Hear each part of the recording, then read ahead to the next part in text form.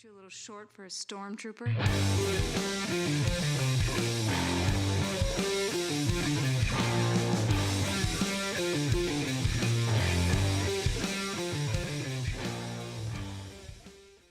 What's up, nerds? Welcome to another very special and very unique first time on the road episode of the Multiverse Report.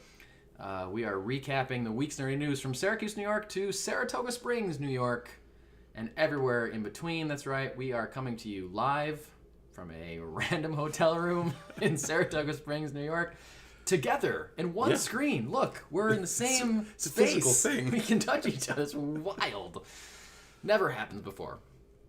Anyway, my name is Mike Gibson. With me as always, Steve Howler. What's up, Steve? Well, it's really awkward having to look at the screen to see you and strange.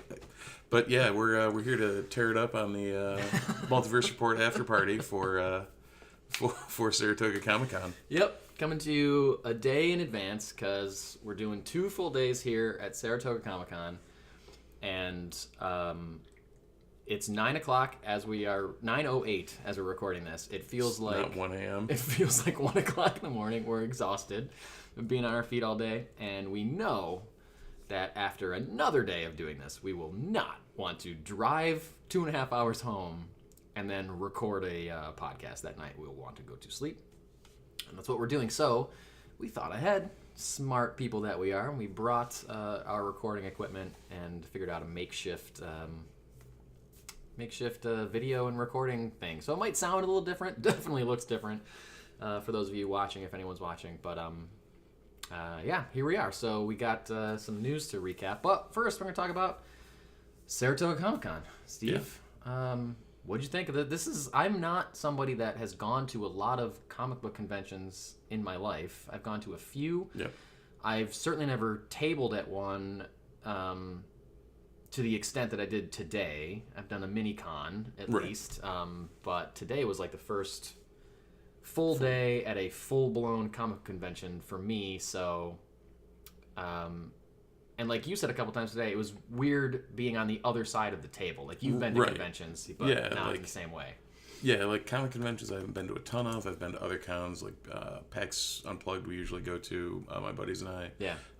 Been to like BlizzCon in Anaheim, a couple of things like that. It's very different being on the backside of the table. Yeah. Like having to, I think you brought it up, having to switch it on.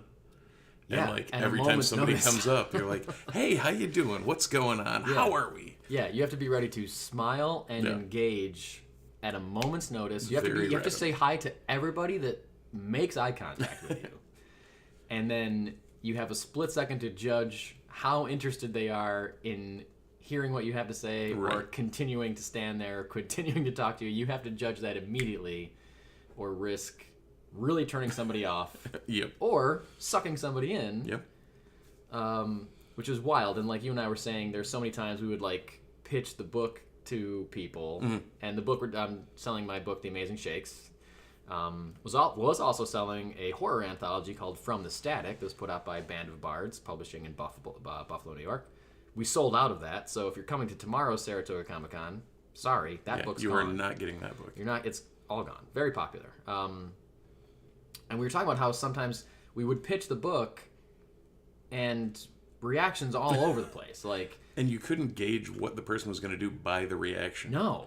There was like, oh, that sounds cool. And they seem very excited. And then they walk away. Patter off into the distance. Yeah. Or the opposite of like, oh, okay. And then they reach for their wallet. Yeah. And you're like, what is going on? Oh, you're buying this? Oh, okay, great. Like, that seemed very nonplussed. Yeah. But we're in. Okay, cool. You're throwing me $10 or $7 or whatever, so. It's like, here's $27 for 3 books. And you're like, you sounded like you didn't care what I was talking about at all. Yeah.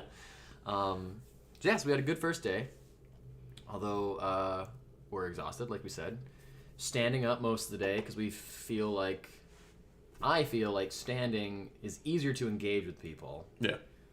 Especially how our booth is set up. We'd have to like reach over things to like point to other things. It's just awkward. Yeah, I feel like the only time either of us was sitting was when the other was standing. Yeah, yeah. It's like somebody has to be up to be able to do things. But yeah. And it was a good day. Yeah, if anyone hasn't been to this con and you're interested, it seems like a very well run, well put together convention that is, there's a lot of good stuff, a lot of interesting stuff there. And they do it twice a year. Did you hear that? Yeah, they do a fall one and a like May-ish, right? Yeah, spring one too, or something too. So this is the fall one, I guess. So who knows? Maybe I'll be back here in May. Yeah. No, it's like I said. I mean, they a bunch of other vendors that are all very well put together. Like extremely, like the floor is pretty well organized. There's a ton of vendors, so it's impressive. Pack them in. Yeah. Yeah, I don't know if there's anything else. I'm trying to think. My mind is like a mush right now. Yeah. No, I'm glad that all the news we're reading, I'm going to be reading off of a screen because I feel like I can't formulate my own. Yeah, it's kind of weird. Like the breadth of. We were discussing it when we first got there. There's such a breadth of people that go to Comic-Cons now. Yeah. Like between anime and comics and just pop culture in general. Huge anime contingency at this Comic-Con for sure. Yeah. Like of the cosplays we were talking, we're like, we're relatively deep in the fandom and we recognized like 40% of them at best. A lot of stuff we had no idea who people were. They looked great though. Yeah. Oh, extremely well executed. Yeah. Like big A+ cosplay work for sure. Who did we see that was great? We saw a Rocketeer. It was excellent. That was amazing. We have to post that picture. With Dazzler. Yes, and he was dating or married to someone as Dazzler, which is great. Yep. Like the white jumpsuit, like blue OG makeup on her face. That was awesome. Yep. We got an awesome Red Hood. Yep. And an awesome Mandalorian. A bunch of Mandalorians, actually. Yeah, and they were all really good. Like I didn't see any. Yeah, there was no half-assed. No half-assed Mandalorians. Yeah, a lot of great things. We have a whole family that were the X-Men. Oh, like the whole tip to tail, like parents all the way down to kids. And I think it was multiple families because there were like probably 3 or 4 adults that were. I think so, yeah. But they were like literally the full giant-sized team. Yeah, and different ages of children. But we had amongst them there was a Professor X, a Jean, a Wolverine, a Storm, a Jubilee, a Cyclops, a Nightcrawler, and a Colossus. Yep. Yeah. It was great. Big family walking around as the X-Men. It was excellent. Also, shout out to cosplayer Harley Knox, who is also staying in this hotel, and who Steve and I, mostly me, interrupted a photo shoot she was doing at the end of our hallway roughly 4 to 5 times. Right. Because I had to keep going in and out of the doors. Yeah, physically ran into. We're like, we opened the door. We're like, oh, hey, how you doing? So, whoops. Sorry about that, Harley. I'm sure the pictures will come out great, even though Steve and I are bumbling our way through a lot of them, I guess. Anyway, let's jump right into. This is a big week for news. It seemed it. Yeah. It seemed it. It went by fast, and we're doing this a day ahead of when we normally do, but a lot of big stuff dropped this week. A lot of Marvel stuff, including not confirmed, but being reported that we have some Fantastic Four casting. And some of these are castings that I had heard last week from Jeff Snyder on the Hot Mic podcast. He was saying last week, and it's being additionally confirmed this week, that Vanessa Kirby will be playing Sue Storm, Invisible Woman, which is a name we'd heard for this for a while. Couple different times. We had also heard, I believe, from Jeff Snyder, Joseph Quinn, Johnny, right? Eddie Munson from Stranger Things. We saw a bunch of Eddie Munson cosplays today. So much Stranger Things Eddie today, Joseph Quinn playing the Human Torch, Johnny Storm. Eben Moss Bacharach playing the Thing. But the big one that we hadn't heard before that came out this week, which I feel like on last week's Hot Mic podcast he was teasing this but not saying it because it wasn't close enough that he felt like he could say it, but he was saying that it was not a white person.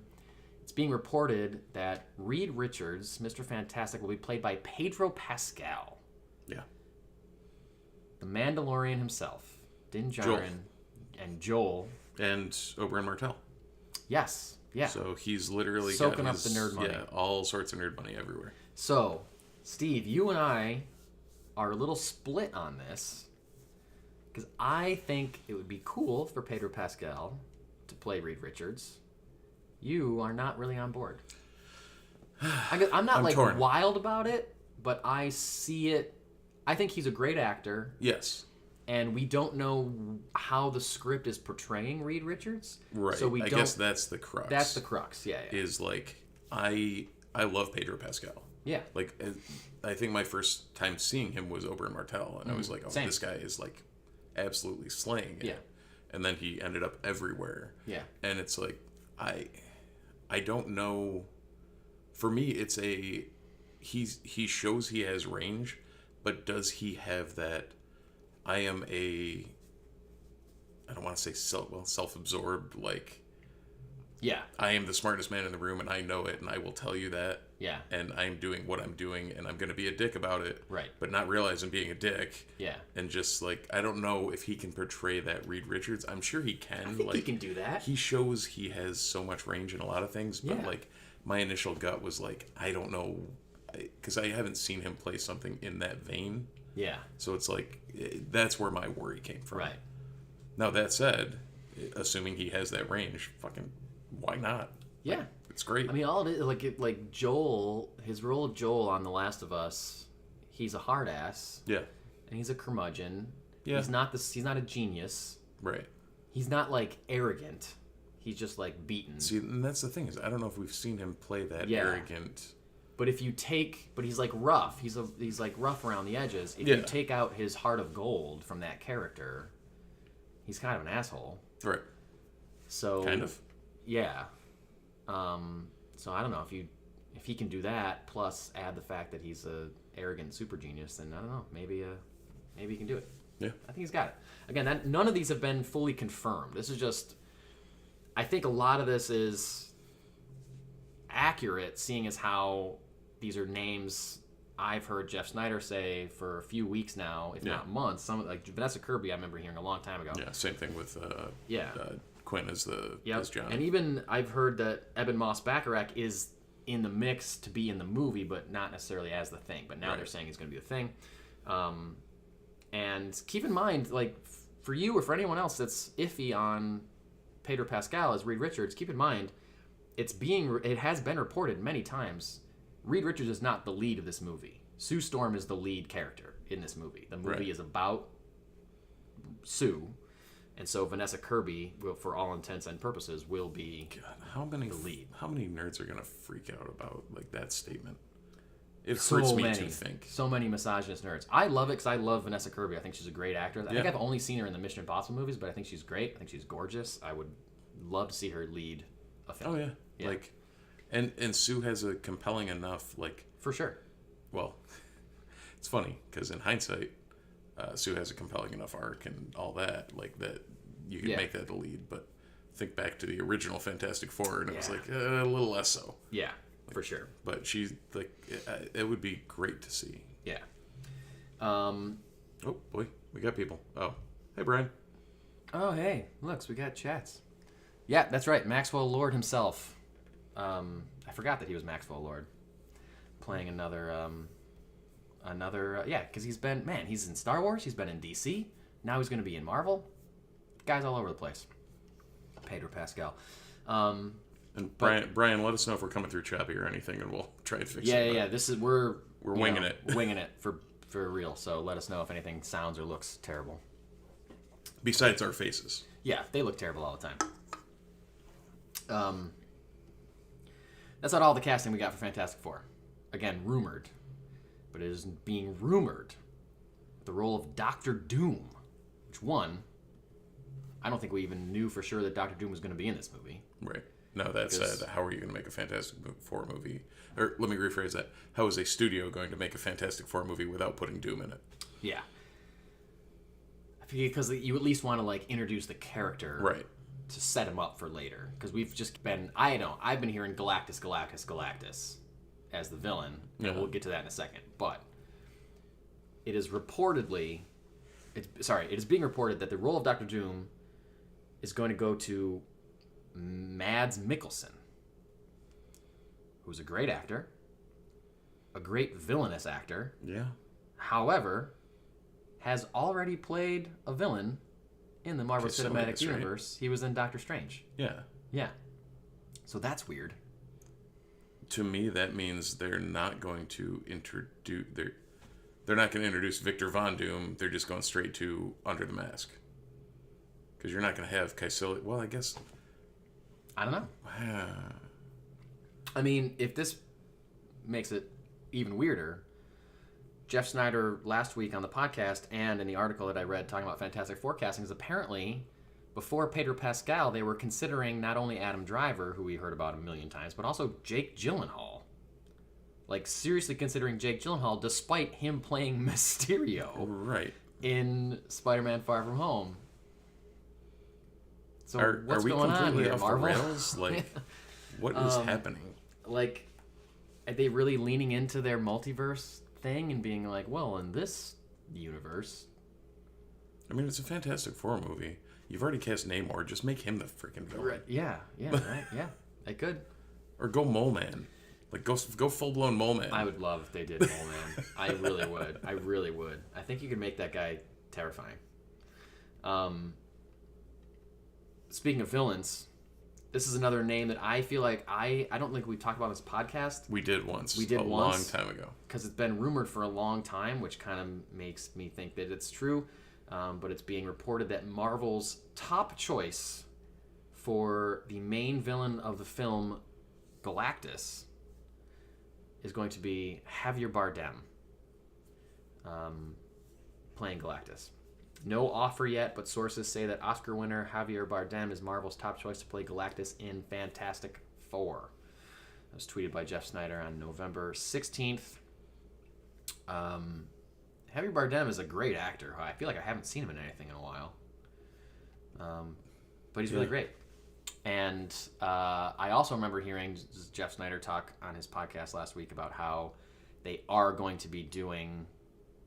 If they're doing Galactus, they're going to be doing Silver Surfer. And there will be possibly multiple heralds of Galactus, one of them being Silver Surfer. So Norrin Rad will be cast in this. Seemingly. Yes. Okay. Like, the Javier Bardem thing is, like, it boggles my mind. Because it's like, I just can't put my brain around anyone playing Galactus. So it's like, okay, sure. Yeah. I think he'll be good, though. Yeah. No, I wouldn't disagree. I like that he's Latino. Apparently, before Pedro Pascal was in the mix as Mr. Fantastic, Kevin Feige was nervous about the cast being, quote, way too white, is what's being, the quote being thrown around. And he would have been right, because all those people are very white. Yeah. Besides Pedro Pascal. I'm surprised there's not a black person being rumored for Fantastic Four. Like, shocked, to be honest with you. I'm shocked that it's as white as it is. My only thought on that is people, like... And this is putting on my studio brain of people thinking that casting a diverse Fantastic Four cast would make them think of the shitstorm that was the Michael B. Jordan starring one, which was no fault of him. No, not at all. No fault of any actor in that movie, but that movie was garbage. Yeah, that's true. Like, that's where my brain goes as far as what the studios are thinking or whatnot. Right. So yeah, all in all, I think that's a pretty strong Fantastic Four cast. And we'll see if the Pedro Pascal thing shakes out, if that's true. Yeah. Or not.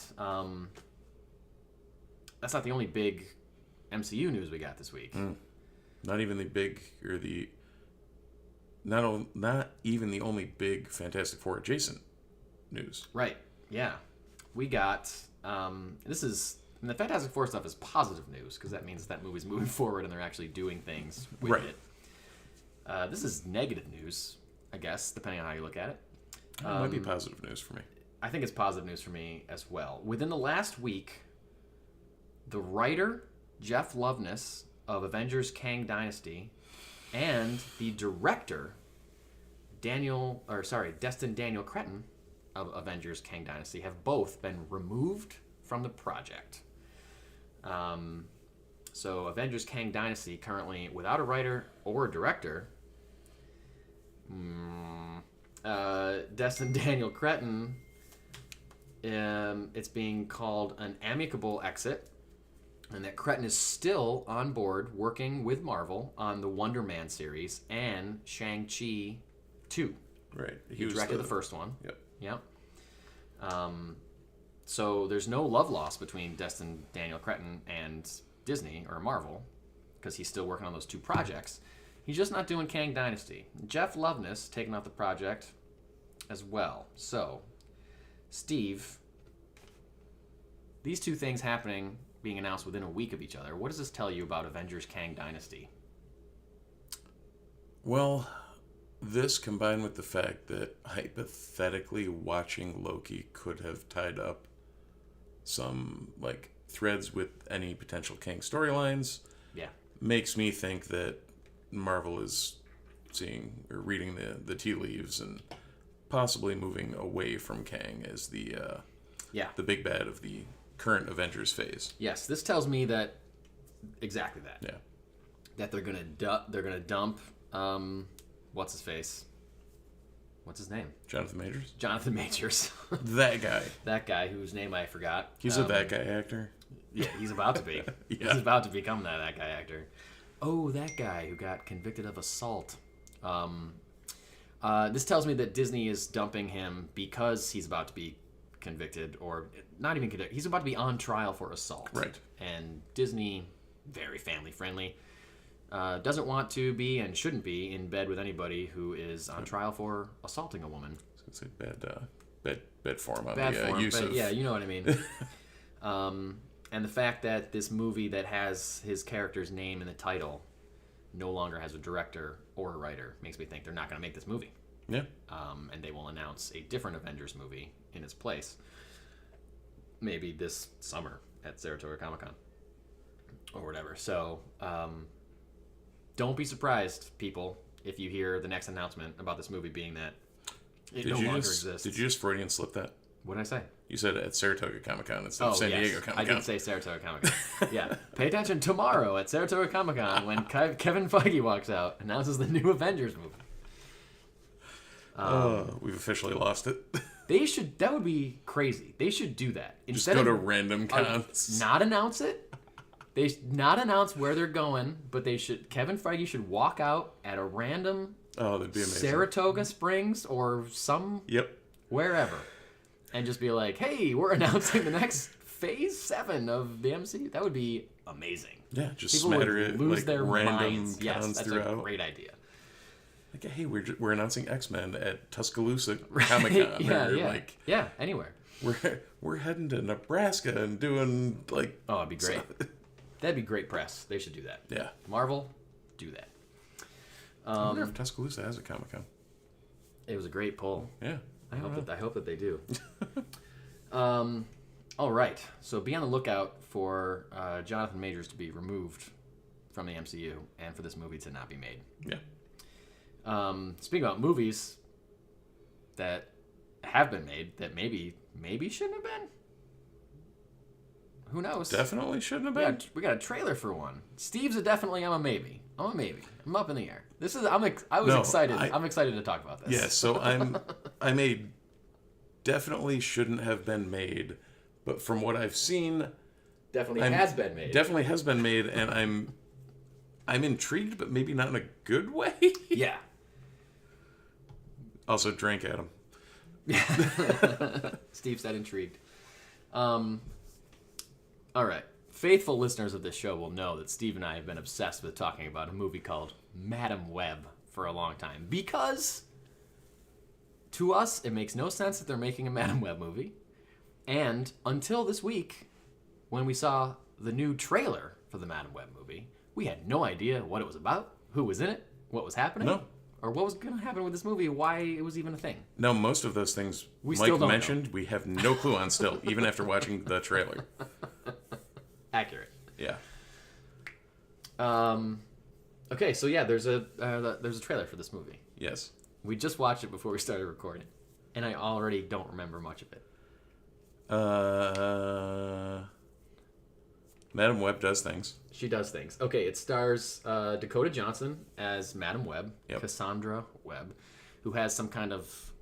She can see glimpses of the future. Yeah, she's a clairvoyant. Clairvoyant. They don't really tell you how she started being able to do this, but she does.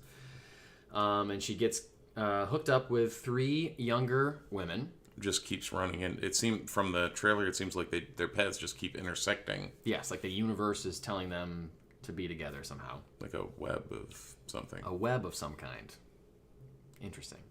So we knew that Sydney Sweeney was in this movie. We knew that she was playing Julia Carpenter, who was one version of Spider-Woman, one of my favorite versions of Spider-Woman. That is confirmed in this trailer. She's wearing there's a close-up. It's strange. Like you see all 3 of these Spider-Women, but not really Suits. well. Yeah. Like the shots are very grainy-ish and yeah. quick. Especially the Sydney Sweeney, you don't get a good look at her. You get her face, and she's like doing a thing with her hands at one point, but you don't really see like a full costume. So Julia Carpenter traditionally has like black suit, with white accents. Yeah, and like kind of almost the symbiote looking eyes, like the white, the Spidey black suit eyes. Yeah.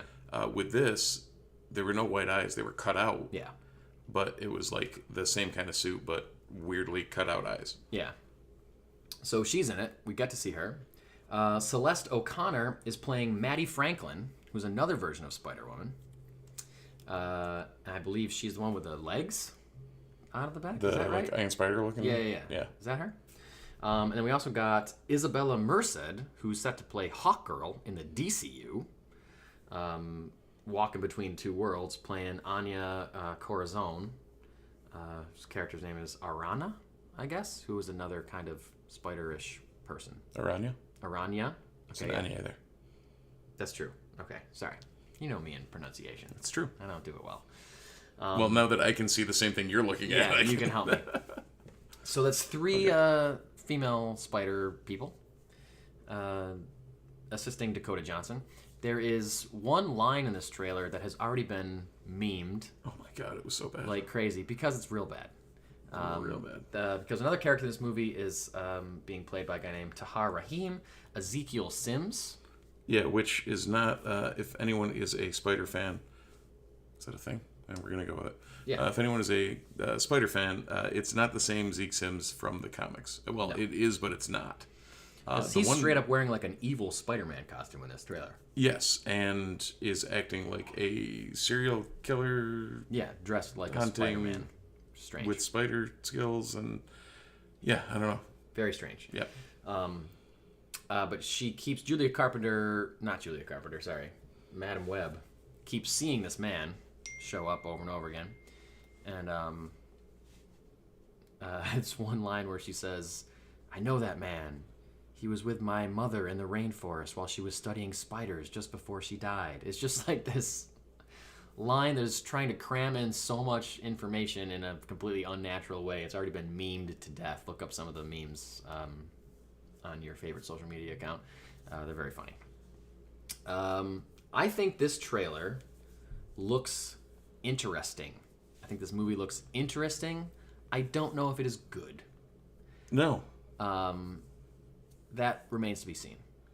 But I think it looks interesting. I like the idea of 4 spider-related women teaming up to start fighting bad dudes. It seems like I enjoy the premise of what's supposed to be happening in this movie. From watching what's going to be happening in this movie, I don't know if I like what's going to be happening. Yeah. As Brian in the chat says, the costumes. There are some costumes. Yeah, they Not are great costumes, but they're costumes. It almost seemed like this movie's not done or something. This trailer. Yeah, it was kind of a weird feel to it. I'll be interested to see a second trailer to see if that like kind of refines it at all. Are we going to though? I don't know, because it comes out in February. Right. So we'll probably get one more and then like next month or in January or something. Yeah. But anyway, Madam Web. Finally a trailer for Madam Web. We'll see how it goes. We'll see what it is. I will say I liked this trailer more than I liked the trailer for Kraven the Hunter. You're really setting the bar high, aren't you? Hey, it's a bar that Sony is setting. I'm not setting that bar. Sony is setting the bar. Okay. Fair. So that's not me. Speaking of the bar, they're the ones. New beer. Are you good? I'm close enough. Yeah. Pumpkin or October? Oh, I don't care. Okay. Pumpkin's fine. Yes, this is going to be a beautifully shitty movie, A Brian. beautifully shitty movie, yeah. I still hope it's good. Who knows? Maybe it's not, but I don't know. I hope it's good. Another trailer that we got this week, I just watched for the very first time, right before we started recording, was the new trailer for Season 2 of Marvel's What If animated series. That comes out December 22nd and releases one episode a day, every day for 9 days. Coming to you every year. Yeah. Apologies Steve, for anyone. Steve is blowing up right now. I don't know if you guys can hear those dings going on. Yeah, there's a Syracuse football game going on. But yeah, Steve is a popular guy right now, despite him not even being at home watching this game. He's getting blown up. Yeah, Matt said he watched the trailer on his phone without sound. It looked like a crappy drama film. A crappy drama show on TV. That is wonderfully accurate. Yeah. It's like Days of Our Spider Lives or something.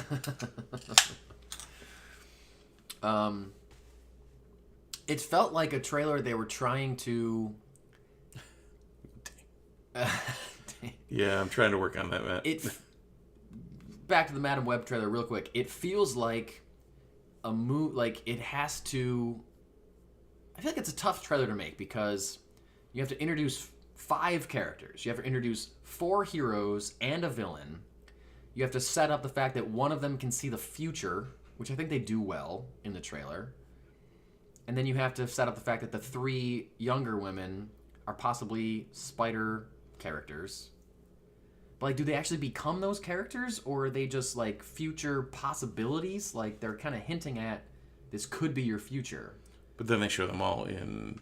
But maybe suits. that's, like, a flash in Madam Web's mind. Maybe it doesn't actually happen. Like, we don't know if it actually happens. All right. I feel like this is a tough trailer to make for a movie that seems like a pretty high concept. So it could just be a clunky feeling trailer because of everything it's trying to accomplish. Or... maybe it's just a bad movie. I don't know. We'll see on February 14th. Why not both? Why not both? I don't know. No reason why not both. What If Season 2? Steve, I think of the two of us in the room, you are clearly the big expert on What If, right? The one who didn't even finish the last season? Yeah. Totally.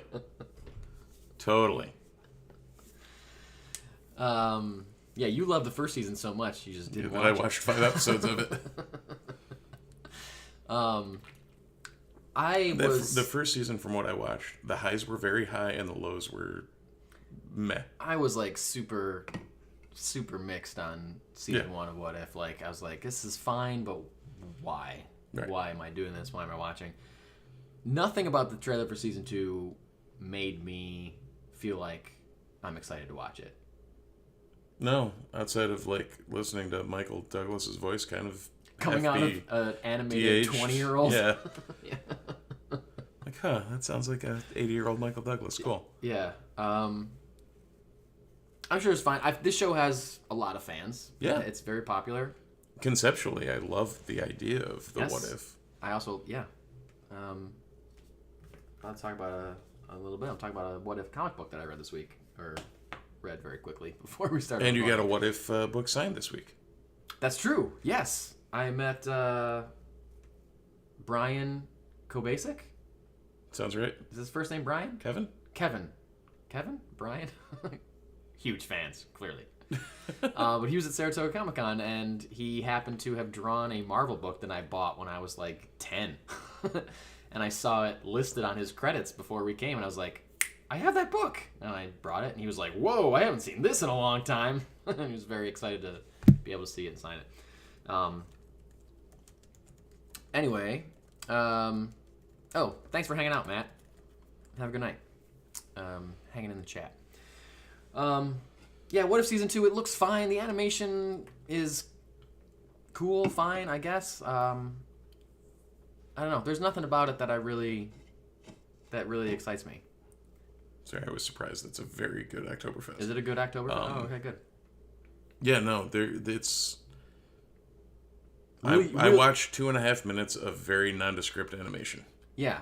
It looked like a Marvel animation something. It didn't really I couldn't tell what was happening through most of it. Yeah, it wasn't really clear what the trajectory of the season is, if there is one at all. Right.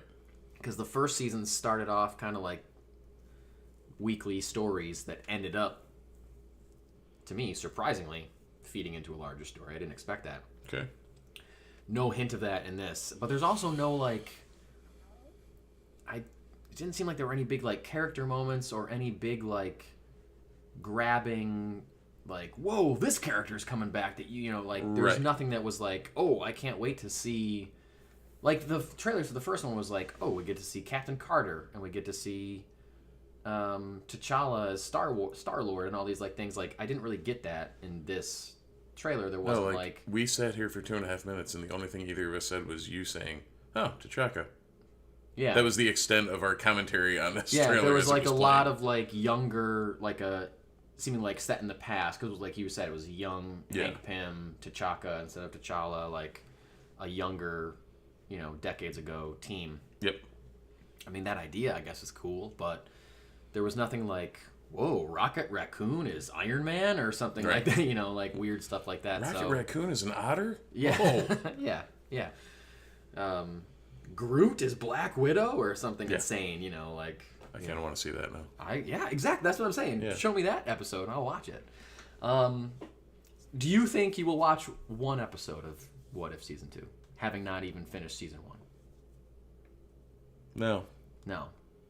I don't know that I will. This is the Marvel guy. Yeah, you're the Marvel guy here. I feel like I'm more likely to watch it than you because I finished Season 1. I don't know that I will, to be honest. No offense, but... We did have that conversation a lot today of, oh, he's the DC guy, I'm the Marvel guy. Yeah. No offense, it's not something that I loved the first time. I didn't need a second season of it. They're giving it to us. We'll see, I guess. So, moving on from Marvel to some DC, we got some new casting news this week for Superman Legacy, which is a surprise because the character we got cast is a character that belongs to the Authority, another movie that they've already announced. So this is... I feel like they're already showing us some connectivity between these movies. They announced a Superman movie, they announced an Authority movie, and a character that's going to be in the Superman movie is a member of the Authority. Maria Gabriela de Faria will be playing a character known as the Engineer. The Engineer is... what's it say?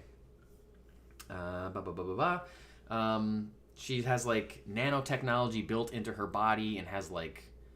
liquid metal for blood, kind of, and can kind of like form that liquid metal into other things, like extend her metal nanotechnology beyond herself and stuff, like shape herself. But she's kind of she's like a living human android, kind of, more or less. So she's the T-1000.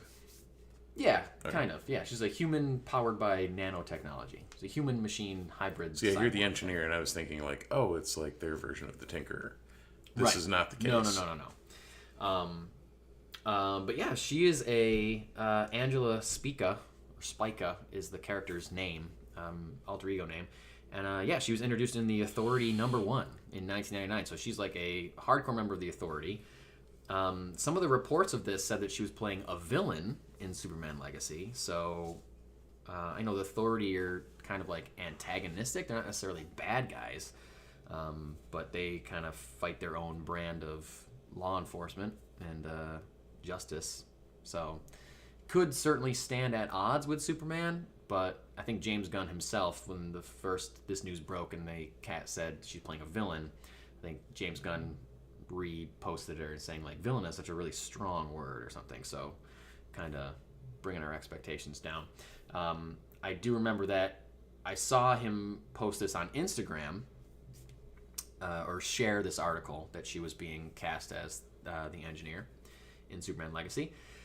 And underneath his post, someone said, are we going to get a Batman casting announcement anytime soon? And he said, no, we don't even have a script yet. So we know that that's a thing that is far off. But one other thing that I forgot to call up, and I should have, is the fact that the other thing that James Gunn announced this week is that we have a writer and a finished script for Supergirl Woman of Tomorrow. I feel like Supergirl Woman of Tomorrow kind of writes itself, seeing they already had the book. Yeah, and I'm surprised because he mentioned. Okay, yeah, Supergirl Woman of Tomorrow it says found a writer in Ana Nogueira. Figured I'd cut you off the pass. Thank you very much. I really, really, really appreciate it. This project is a redo for this writer. Writer quietly hired to pen a Supergirl movie in 2022 when Warner Brothers was developing the project as a spin-off of The Flash, that version of Supergirl. Flash featured Sasha Calle as Supergirl, but apparently they liked her work on that script so much that they brought her back to write a different Supergirl movie. Is it bad based on a different Supergirl? Until we had this conversation right now, I had kind of forgotten that Supergirl was Flash, in Flash contained Supergirl. Yes. I don't know if it's bad because I forgot a lot about that. I feel like if I go back and watch that movie again, I'm not going to enjoy it nearly as much as I thought I did. I know. I keep meaning to go back and watch it just to see what I think of it. So I feel like it really speaks to, one, her writing, but also her understanding of this character. If they're moving forward with a different version of this character, but they still trusted her to write it, right? I think that's a big deal. That's really cool.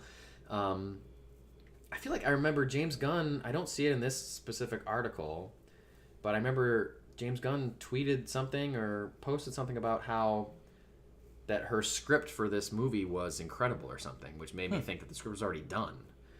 Maybe she's still working on it or something, but I'm surprised. I mean, it might have been his comment on the script that she had turned in for the other movie. That could be. Could be taken out of that context.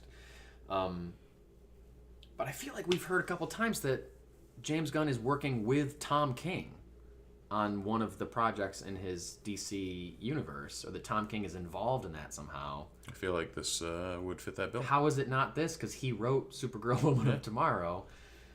So it's kind of surprising that this isn't the one that that Tom King is adapting into a screenplay. But whatever.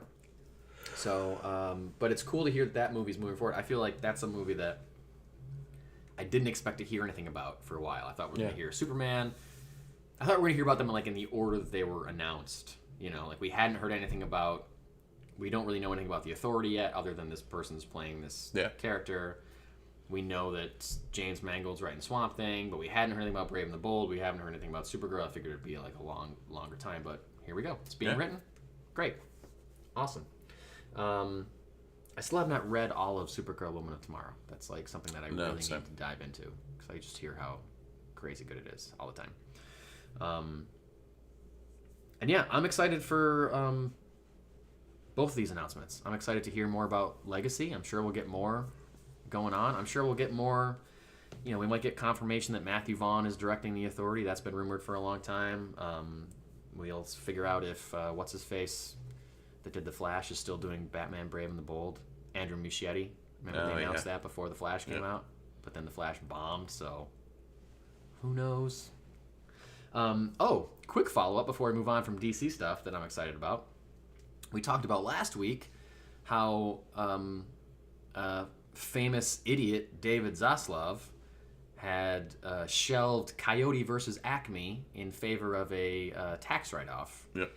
Apparently the backlash against that decision was so great that they have reversed their decision, and they are going to allow the filmmakers to pitch the movie to other streamers and other studios. If like Netflix wants to pick it up, they can pick it up and put it on Netflix or whatever. So Coyote versus Acme will not be shelved. It will be seen and released. Hooray. But that's the thing, like, I'm glad they reversed that, but like from their standpoint, the damage is done. Yeah, like, no, for sure. The press is already out there. The 2 movies they've finished have been canned. Yeah. Like Batgirl almost finished. But Batgirl you know what I mean. wasn't done, but that Scooby-Doo holiday movie was done. Yeah. And this movie was done, and they tried to can this one. Yeah. But a big deal, one of the big things besides like just like the backlash about people flipping out about it, was the fact that apparently it was reported that a lot of filmmakers that had meetings on the books with Warner Brothers canceled those meetings after this movie got shelved because they're like, well, why would I take a meeting with Warner Brothers if I can't trust that they're going to release the movie that I 100% make? So, yeah, of course filmmakers aren't going to want to work with you if you keep canceling movies that are completely done. Of course they don't want to do that. So, how anyone could think that's a good business move is insane. But we all know David Zaslav, huge idiot. So, Right. that's why that happened. But it's good. I'm excited that we get to see Coyote versus Acme. Yeah, 100%. For sure. Steve, you do not have a comic book to review this week, is that correct? I do not. I have, this is not a book that's coming out this week. It came out last week, I believe. It is speaking of a what if, this is Marvel's What If Tomb of Dracula. And it's like a Dracula versus Blade story. Now, I gotta say. And for people who don't know, Dracula, relatively prominent member of the MC or the Marvel universe. Yeah, that's true. Of the Blade. And the universe. X-Men. He He's turned an Storm X-Men? into a vampire. He fought Wolverine numerous times. Like, yeah. Wow. There's a lot of Dracula going on. I did not know that at all. Yep. So I am not super familiar with the current Marvel lore when it comes to Blade and Dracula. So I didn't necessarily get the nuances of this story as far as like, well, this is what happened the first time, but what if this happened? You know, like you kind of Right. have to know the original story to appreciate the what if. I did not know the original story necessarily. But all in all, this was a pretty, if you just want to watch Blade fight Dracula for 20 pages, pretty dope book, There you go. I gotta say. I don't think you necessarily have to know the what ifs of this story in order to enjoy it, because I didn't, but I was just like, oh, this is Blade, you know, like kind of leaning into his vampirism a little bit. Like he gets bit by he gets turned into a vampire, but he's still like half and half, which I guess I always thought he was half and half. Yeah. But this Maybe that's the thing, is that's how it became half maybe and that's half. the what if or something. Yeah, I don't know. It was a weird thing. Anyway, it was still cool to see, you know, Yeah. just him fighting fucking Dracula. It was just awesome. I don't know. I know. So if you like Blade, if you like Dracula, if you like vampires, and you like reading about them, then yes, I do recommend this book. This is, where's the credits page here? I don't have it off the top of my dome.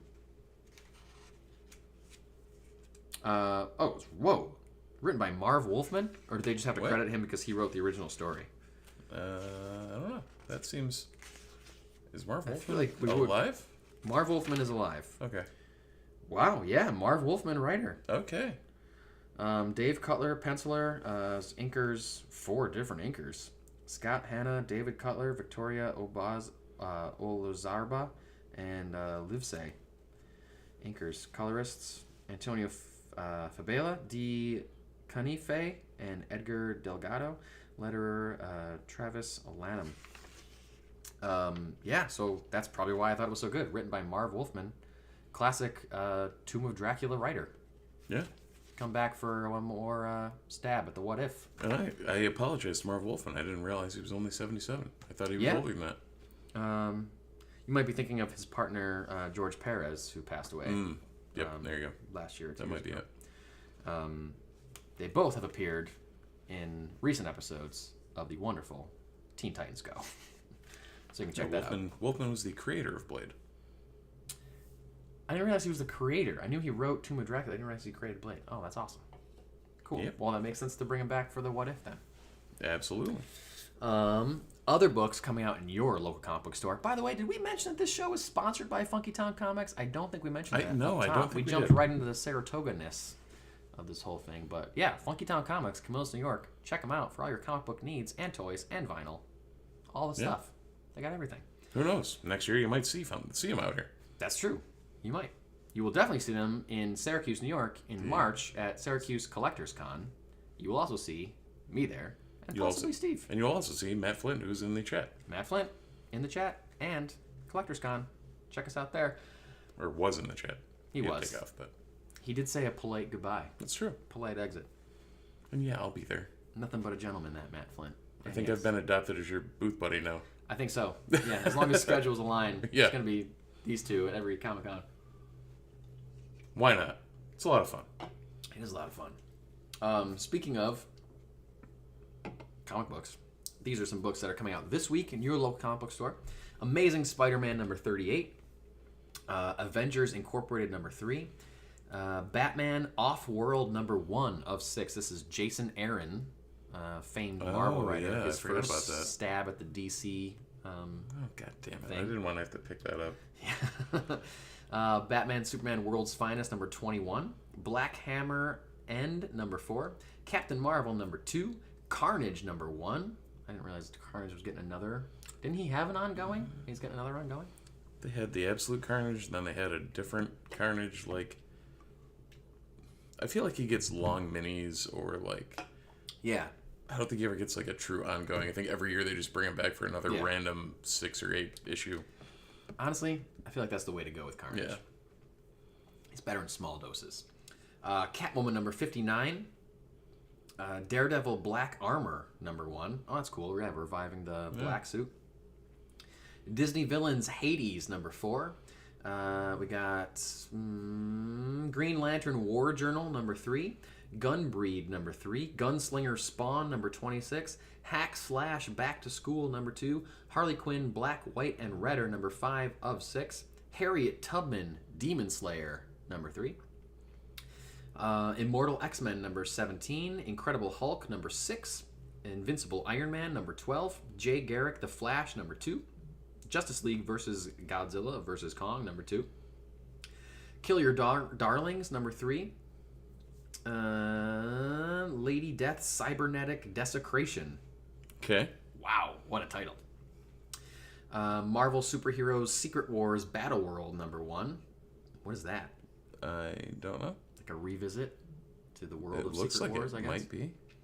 Mighty Morphin Power Rangers number 114. Speaking Which of Power we didn't. Rangers. Both of us are on the same page there.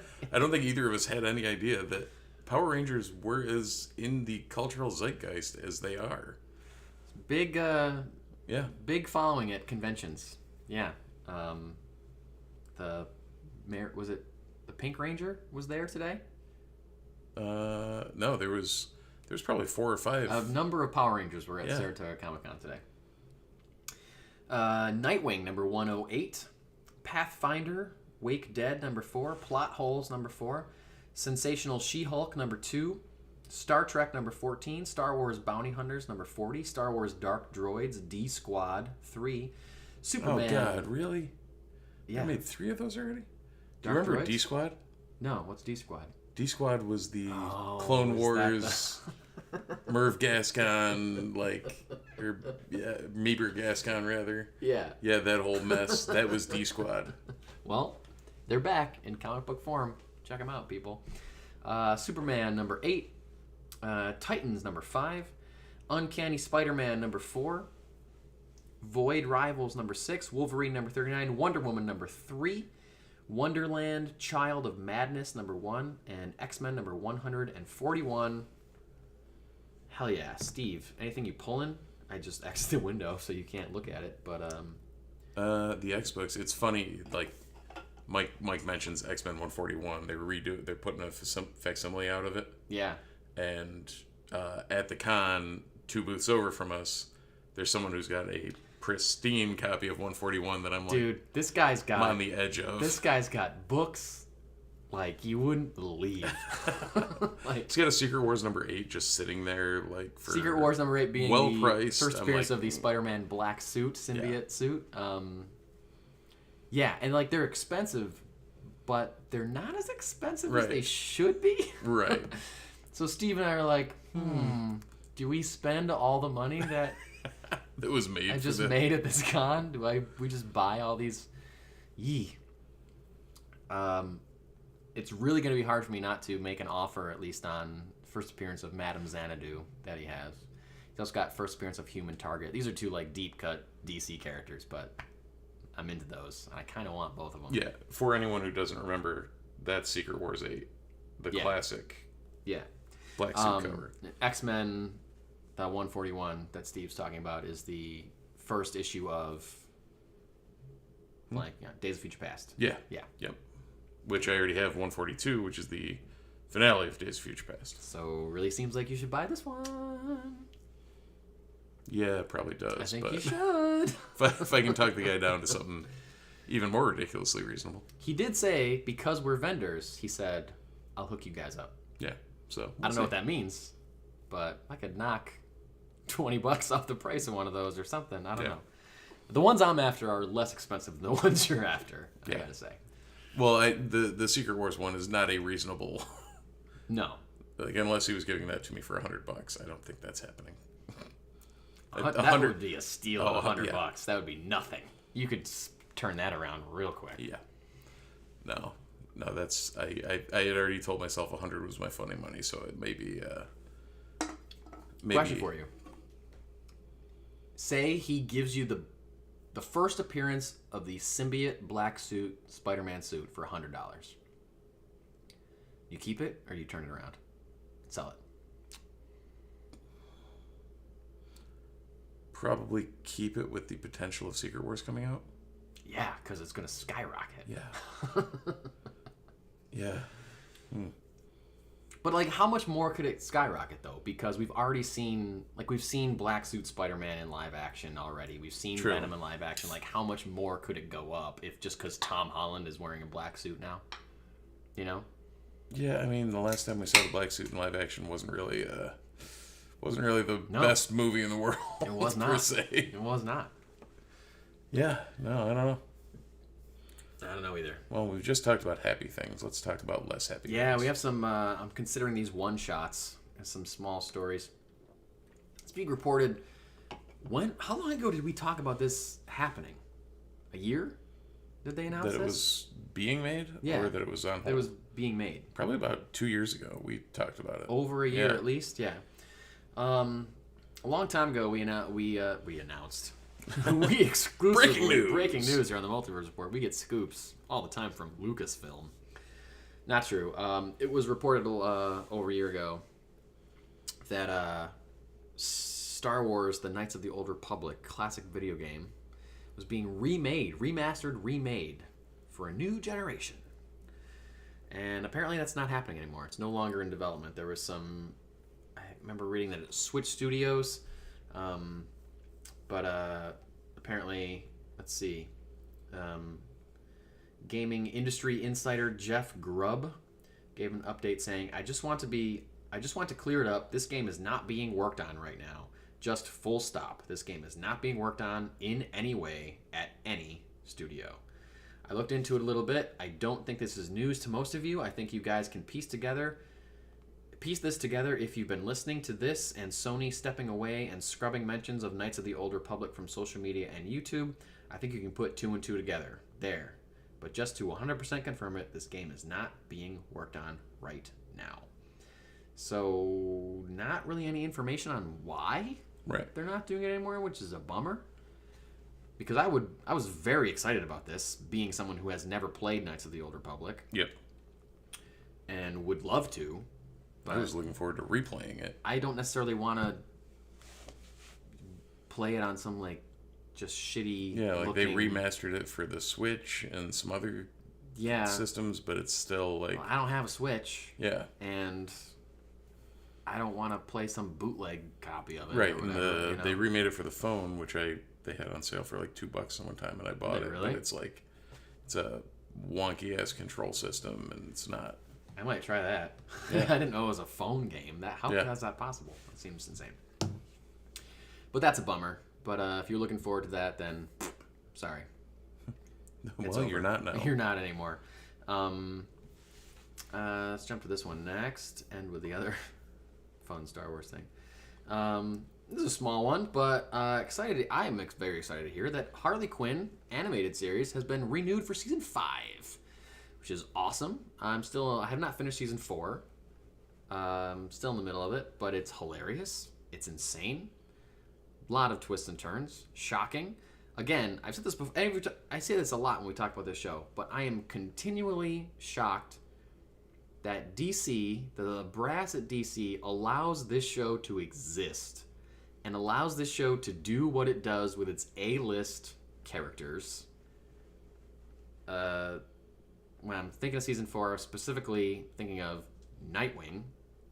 If anyone has seen season 4 of Harley Quinn, you know what I'm talking about with Nightwing. Shocked that they'd let that happen. But I don't know. Clearly, it's hitting because they're getting a season 5, and James Gunn's cool with it because they're allowing it to happen. Exist in this Elseworlds banner that they have. It's so fun. It's so funny. It's so great. If you're not watching Harley Quinn, just jump on it. They're easy to watch episodes. There's 4 full seasons on Max right now. Every one of them is a laugh riot. Just get into it. Get it. I can't recommend it enough. Nice. Including you, who have not watched enough of this show. I have not watched it at all, and that's on me. That is 100% on me. I'll tell you about the Nightwing thing afterwards. Okay. I don't want to spoil it for anybody, but I'll spoil it for. You Understandable. Last story of the night. Something that we do care about deeply and sincerely. Because today we should have opened the show with this. Today is Life Day. Yeah. Happy Life Day, everybody. Do you know what Life Day is? Then Anybody? Congratulations. I'm wishing you a happy Life Day. Life Day is a Star Wars Christmas. Yeah, it's a Wookiee celebration that was adopted after the liberation from the Empire by the rest of the galaxy. Yeah. Doesn't it only happens every 3 years? I think, I don't know. Maybe. But today is an official Life Day. Per all Disney sources, it seems. Life Day. Happy Life Day, everybody. No one I would rather spend Life Day with than you, Steve Haller. I gotta say. What a coincidence of, I don't know, wonder that has led us to spend all day together on Life Day. And you know where Life Day came from, folks? Life Day came from the oft-maligned, for good reason, Star Wars Holiday Special from 1978. Off-maligned. Yeah, you say that like there's somebody out there that would defend it as not There's got to be, like, I'm sure there are tens of them. If you know what we're talking about, you know that it's terrible. Star Wars Holiday Special, one of the worst things ever produced by humanity. And not even amazingly terrible. It's like... It's just bad. It's just hard to Anybody watch. who's a listener like knows how much of a Star Wars fan I am, and I had trouble getting through it. It's so funny to, like, explain this to someone that doesn't know what it is and see that their reaction's got to be like, okay, yeah, but I'm sure it's Star Wars. Yeah. How bad can it be? Oh like, boy. Wow. You don't want to set that bar. You don't understand how bad this thing is. Last time I checked, it was for free on YouTube. If you ever watched the Star Wars Holiday Special... Yes, it is still... Yeah. Yep. Not the Lego one. Not that's on Disney+. Plus. That's really good. This one's However, not on Disney+. Plus. Because nobody that works at Lucasfilm wants anything to do with it ever. It's that bad. But it does star Harrison Ford, Mark Hamill, and Carrie Fisher. So, that's something. If you want to see Carrie Fisher coked up real good, singing some songs real bad, check it out. if you want to see some really, really bad other Wookiee costumes and some weird... We'll go with weird scenes because this is a PG-13 podcast. Yeah. If you want to see Harrison Ford regretting his whole existence, I think it's possible that the Star Wars Holiday Special is what made Harrison Ford never want to talk about Star Wars ever. It may be. It's very possible. That was the impetus for everything. Anyway. Also, Jefferson Starship. Jefferson Starship. Yep. And a weird animated Boba Fett thing. Yeah, first appearance of Boba Fett. Yep. Best thing in that episode. Yes, The best thing in the 100%. Holiday Special is the animated sequence with Boba Fett. With Luke Skywalker and Boba Fett and a Brontosaurus. Like, literally, Boba Fett's riding the dinosaur that Fred Flintstone, like, skates down at the end of the workday. And we don't know what's going on. Also, Art Carney, isn't it? And B. Arthur. Oh, yeah. 100% B. Arthur. Star-studded, this thing. Anyway, if you don't want to watch this monstrosity, if what we're saying hasn't... B. Arthur was running the Mos Eisley Cantina. Yeah. I forgot about that part. Yeah. Oh, shit. If we haven't sold you on in the Star Wars Holiday Special, I hope we haven't, because you don't deserve... Like, you deserve better than watching... Oh, it's 2 hours long, by the way. You deserve better than sitting down for 2 hours and watching the worst thing you've ever seen. But what you should watch, maybe if you're interested in what we're saying, if you want verification of what we're talking about. Right, if you think you want to watch the holiday special, instead watch this. Watch this, which is a Star Wars Holiday Special behind-the-scenes documentary, which I think we talked about when it was announced. Now it has a release date. A documentary called A Disturbance in the Force, great name for it, which is a documentary about the production of 1978's Star Wars Holiday Special. Yes, 1978 came out the year after Star Wars A New Hope came out, before Empire Strikes Back. The second Star Wars thing that the world saw was this Holiday Special, and somehow it didn't kill the franchise. Isn't that incredible? There must have just been not enough people that saw this thing. Thankfully. How did they release something this bad and then still made The Empire Strikes Back? It's insane. Anyway. And for anyone who didn't know, you also get introduced to Chewbacca's entire family. Mala, his wife. Yep. Mala Tobuk, his wife. Lumpa Waru. Yep. Lumpy. His son. Lumpy. And Itchy, his dad. Itchy, what is it? Itchy Atatuk or something? I don't know what it is, but Itchy likes watching adult videos. Yes. In his living room. That was the slightly more than PG-13 scene. Oh, Jesus Christ, that was so weird. I'm sure someone's listening or watching this and saying, "This can't exist." Oh, but it can. What are they talking about? This can't be real. It's real. It's terrible. It's real terrible. But this documentary, I'm really excited to watch this documentary. Yeah. I will definitely watch this documentary. It's being released on digital and Blu-ray December 5th. Perfect timing for the holiday season. It will also going to play in select theaters in the United States, United Kingdom, and Australia. But, not too many. I don't think it's not a wide release at all.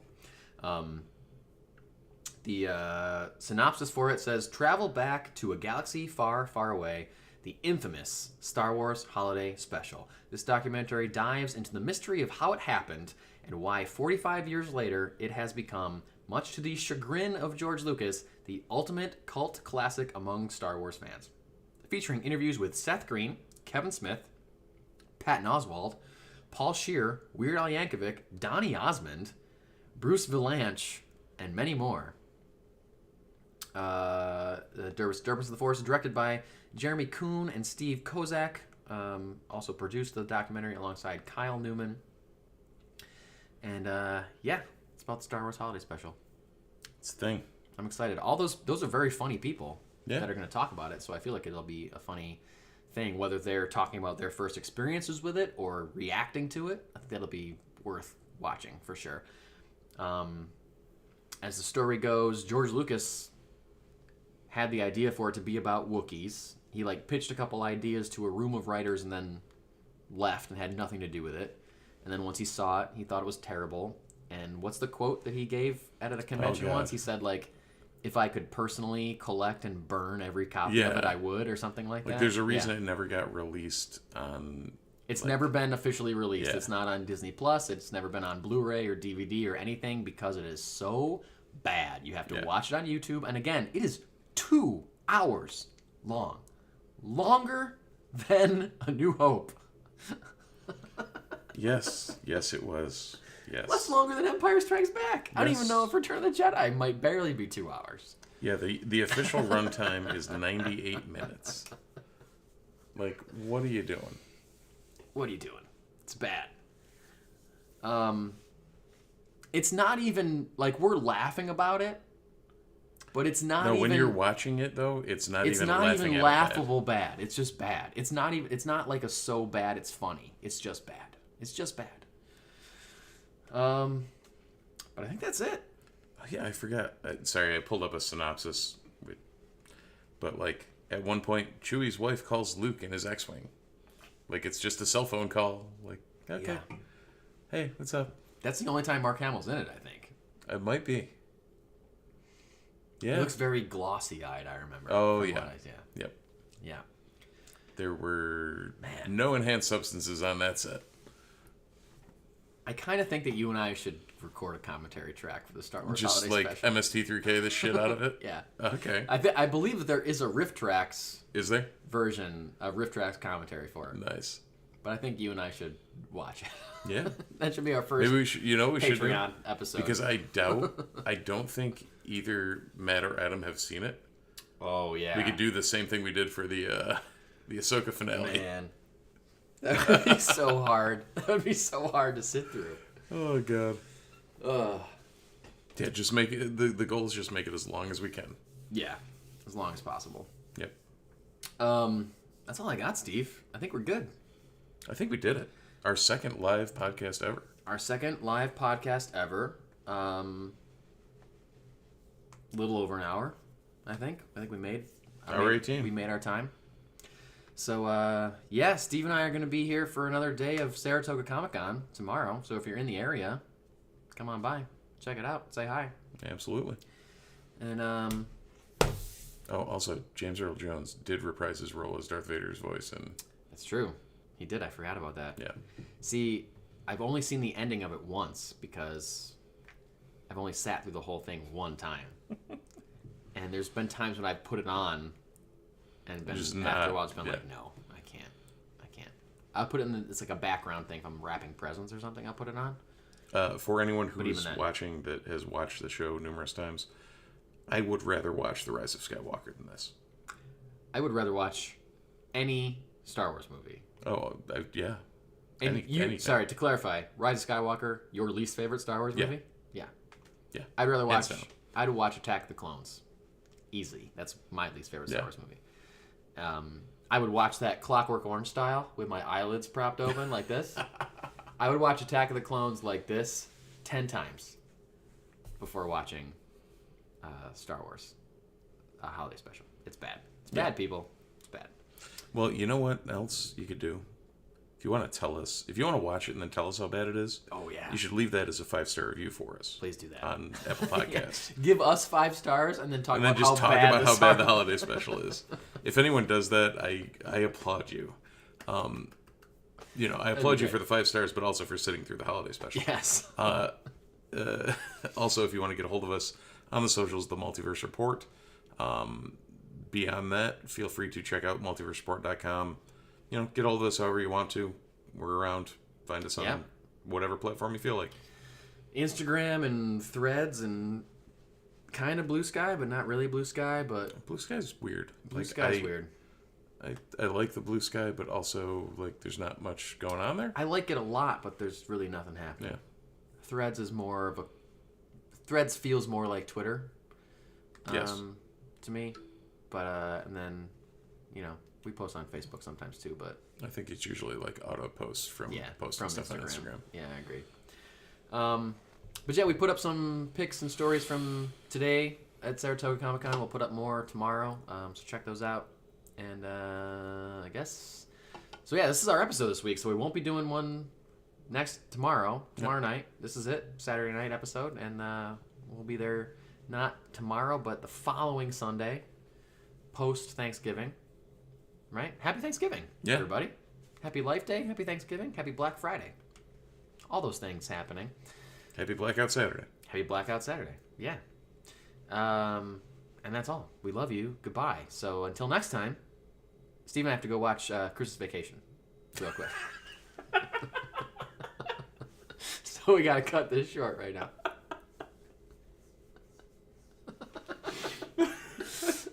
Sorry, inside joke. Yep. But until next time, thanks for watching. Thanks for listening. We'll see you in the multiverse.